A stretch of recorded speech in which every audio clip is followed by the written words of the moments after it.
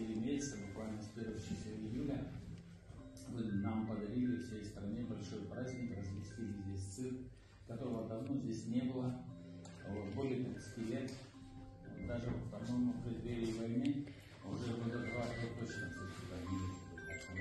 Поэтому вам огромное спасибо, что удалось организовать такое великолепное мероприятие на нашей территории.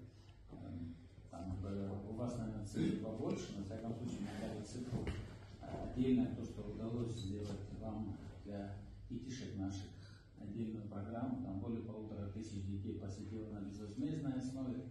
Огромное вам спасибо. Мы очень надеемся, что наше сотрудничество продолжится и в следующем году, когда будет более благоприятная погода, ближайшая начало курортного сезона, может, какие-то другие формы сотрудничества будут. Вот. Поэтому посмотрим. Вам еще раз огромное спасибо за то, что предоставили такую великолепную возможность.